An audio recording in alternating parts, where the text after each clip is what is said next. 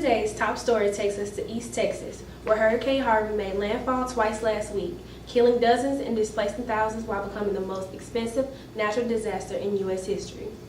According to the Weather Channel, Harvey originated near Barbados and traveled some 3,100 miles to the United States Gulf Coast. The latest death toll is at 50, according to the New York Post, with the LA Times noting that 32,000 individuals have been displaced from their homes. Harvey dropped approximately 19 trillion gallons of water in East Texas and did an estimated property damage total north of 190 billion, according to Fortune. While the flood waters have begun receding in Houston, other areas of East Texas remain largely underwater. Beaumont, a city with a population of 118,000, was left surrounded by water with all roads in and out rendered impassable. Our own Savannah Williams caught up with Jeffrey Farley, principal of Oldham Academy in Beaumont, Texas, last week. What challenges do you anticipate with the reopening of school? I mean, there's a lot of cool stuff happening right now. There are people just volunteering, guys with bass boats who are like, where can I go save somebody? You know, those guys are awesome. They're heroes. And my hat is off to them. And the people who come together, there's all these great stories that come out of this, but I'm going to be trying to put together the tragedies when my kids eventually come back to school. And that's what I'm looking forward to, not in a good way, but I'm trying to anticipate what can be done. Were you and your family able to evacuate? Right now, there has not been an evacuation order for Beaumont. Okay? Port Arthur is completely underwater, submerged. I mean, like, all you can see is roofs if you fly over it. Imagine that. Imagine that much water in your life. And yesterday, they said, listen, that river's going to crest on Saturday. It's going to be in people's homes who were never even threatened, never lost power, never lost internet. Everything has been fine through this entire storm. And now they're saying that days later, because all of the water running off is going to fill this river, your house is going to get flooded.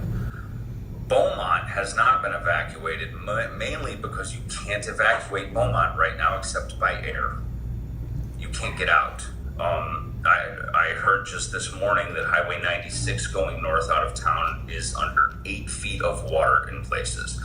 I mean, that's nuts.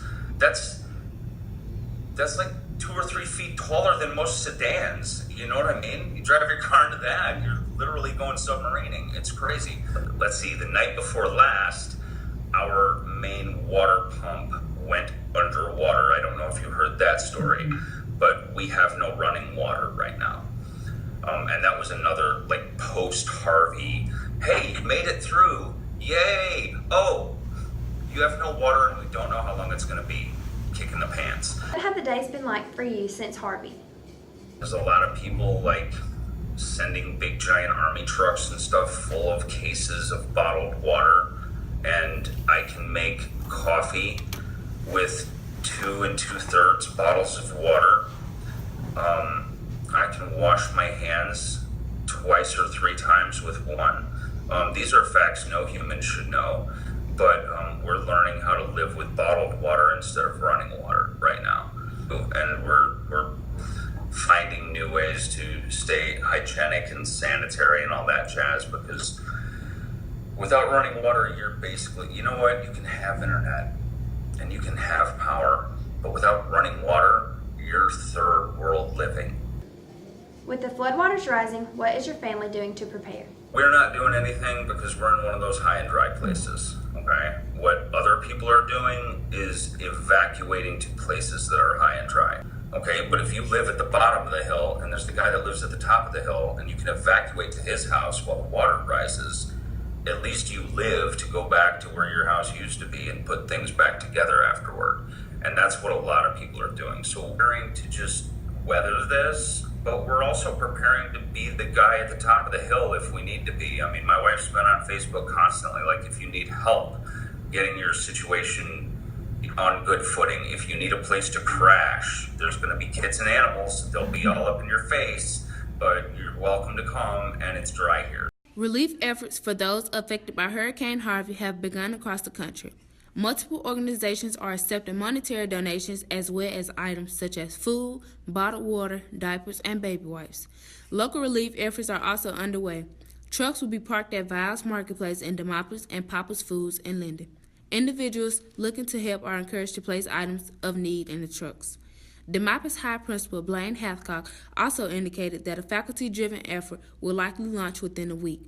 That project is expected to see Demopolis partner with Martin Elementary School in Beaumont, Texas.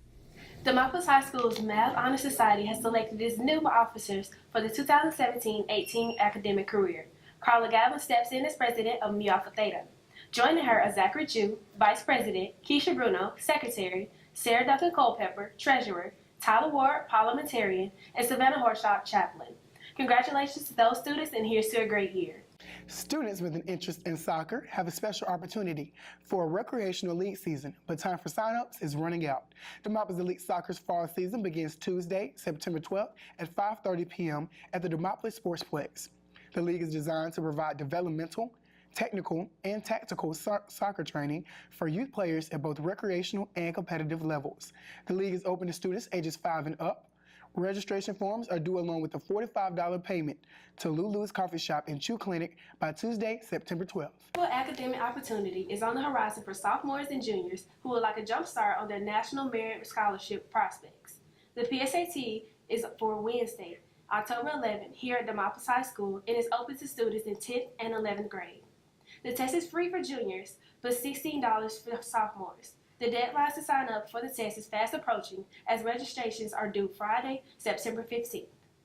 DACA is gearing up for a full schedule under the leadership of Ms. Courtney Kirby and recently announced the student leadership for 2017-2018 school year. Miranda Halberton is the club's president for the new academic year. Joining her in the leadership are Anthony Galvin as vice president, Sarah Margavirez as secretary, Casey Speed as historian, Charles Casper as parliamentarian, Hannah Stidham as social media coordinator, Kayla Montz as treasurer, and Taylor Langley as the sophomore representative. Good luck to DECA, and we look forward to hearing about your endeavors throughout the year. Now more than ever, the Demopolis High School Library is going beyond the books. First-year DHS librarian Lisa Lawrence wants the school's book depot to be a 21st century library that affords students the opportunity to choose what they want out of the facility. With the creation of the library club, Lawrence indicated that her intent is to help the Demopolis High School's library adapt into a resource for student needs, both academic and recreational. This club will be student-driven and allow members to take ownership in the library as they work to hone it into a facility that meets the needs of all students. That's all for this edition of Tiger Now School News. Do you want to see your student or club news featured on Tiger Now? Make sure to send your news to DCS TigerTV at DCSSTU.com. Each week, Tiger Today's Coffee Talk segment will put you face-to-face with some of the leading voices in our community and our school system. Here's DCS Tiger TV's Ellie Busby with Demopolis High School Principal Blaine Hathcock for our first Coffee Talk segment.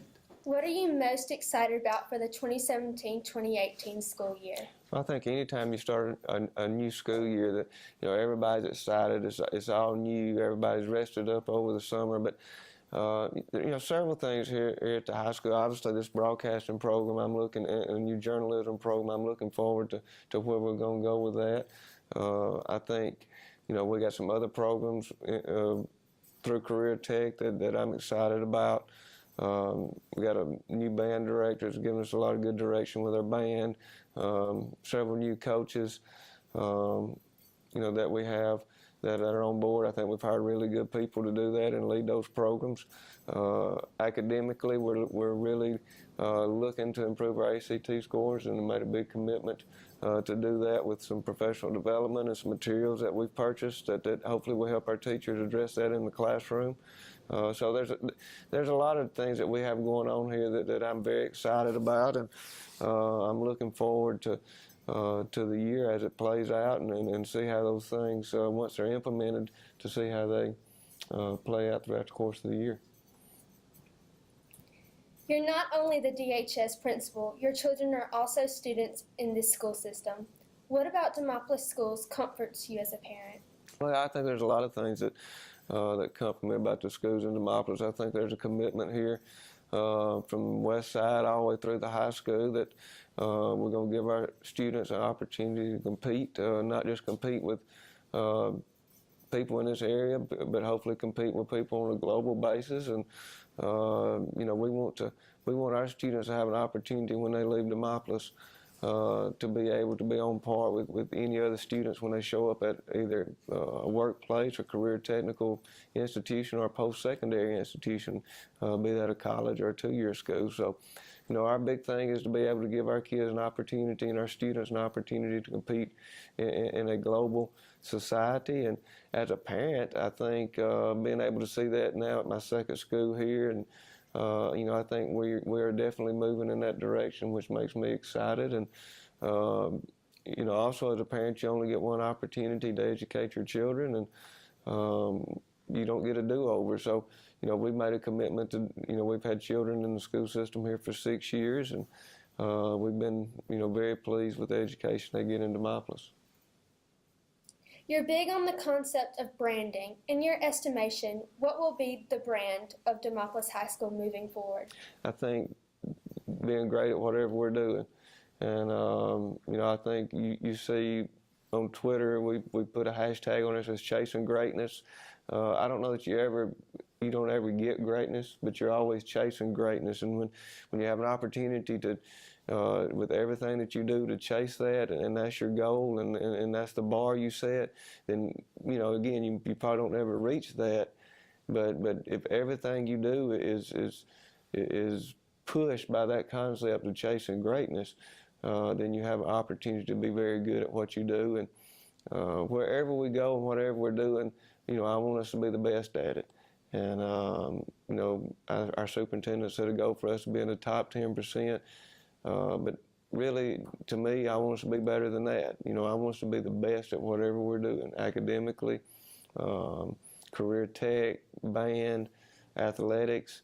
But at the forefront of all that is chasing greatness. And when you set that as a goal, everything else tends to kind of fall into that concept. One of the exciting things we get to do at Tigers Today is shine a spotlight on a different individual or organization each week.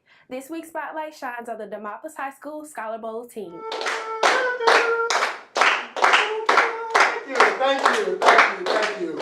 I would like to welcome you to the next episode of Family Feud. Today we have two wonderful families. To my right we have the Montagues, and to my left we have the Capulets.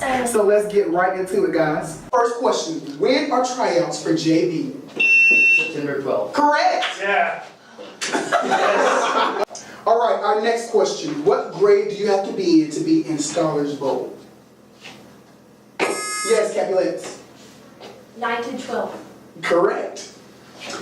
All right, our next question. Where is the first tournament for Scholars Bowl? Yes, Capulets. It's October 5th in Thomasville. Correct. All right, now on to our next round. Who is the oldest Kardashian? Courtney. All right, last question of the day. Who topped the Billboard charts with the song Love Yourself in February of 2015? Justin Bieber! Thank you. And today's winner, the Capulets. Woo! All right, freshmen and sophomores, don't forget to try out the Scholars Bowl September 12th. Thank you for watching. The Demopolis High School football, volleyball, and cross-country teams have all started their 2017 season. Here are Tyler Hill and Braden Harris to tell us more. The Demopolis High School varsity football team picked up its first win of the season last Friday night when they beat Greensboro 34-0 in the 2017 home opener. The Tigers totaled 20 first downs on the night and gained 466 yards of total offense. Brandon Simmons opened scoring for the Tigers in the first quarter when he caught a screen pass for Andrew Patterson and ran 31 yards for a touchdown. Antonio Bastida added to the lead on an 18-yard run later in the first quarter. Simmons added his second touchdown on the night on a fumble recovery in the second quarter. Bastida later punched it in from 2 yards out just before halftime. A.J. Jackson accounted for the final touchdown and a 1-yard run in the third quarter. The Tiger defense was also dominant as Demopolis held the Raiders to 73 yards of total offense while intercepting 3 of the passes on the night. C.J. Williams had 2 interceptions while Chance McVay intercepted another. Demopolis is now 1-1 on the year and opened Class 5A Region 3 play Friday night when it hosts Central Tuscaloosa. The Demopolis High School volleyball season is underway. The varsity squad finished as runner-up in the Sweetwater Invitational over the weekend. Demopolis defeated Thomasville and Millery for their first 2 wins of the season. The Lady Tigers narrowly failed to Sweetwater in the final. Demopolis played its first home match Tuesday when it hosted Jackson. The Lady Tigers swept all 3 games in that match with scores of 25-10, 25-11, and 25-11. Coach Caitlin White and the squad traveled Thursday for a tri-match at Clark County. The Demopolis High School cross-country team opened its season last week with a meet in Mobile. After taking a break this weekend, the team gets back at it next Saturday when they travel to Clarkdale High Invitational in Meridian, Mississippi. The team is coached by Ms. Deborah Boykin. Taylor Swift dropped all social media, but why? Here's Tori Horn to tell us more on this week's Pop Culture Talk.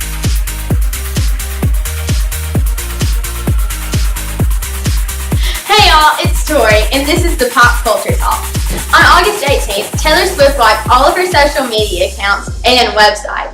I guess you could say it was a blank space.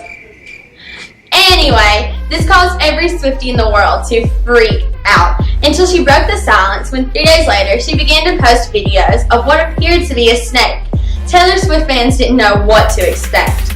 Was she dropping a new album? Was it going to be a diss album? Was she confirming her rumored return to country? On August 23rd, the world's confusion came to an end when Taylor Swift announced the release of her new single, Look What You Made Me Do, that her new album, Reputation, will debut November 10th, and showed us a pretty awesome album cover. So, in other words, Taylor Swift is back and better than ever. Thank you for watching, and I'll see you next week on the Pop Culture Talk.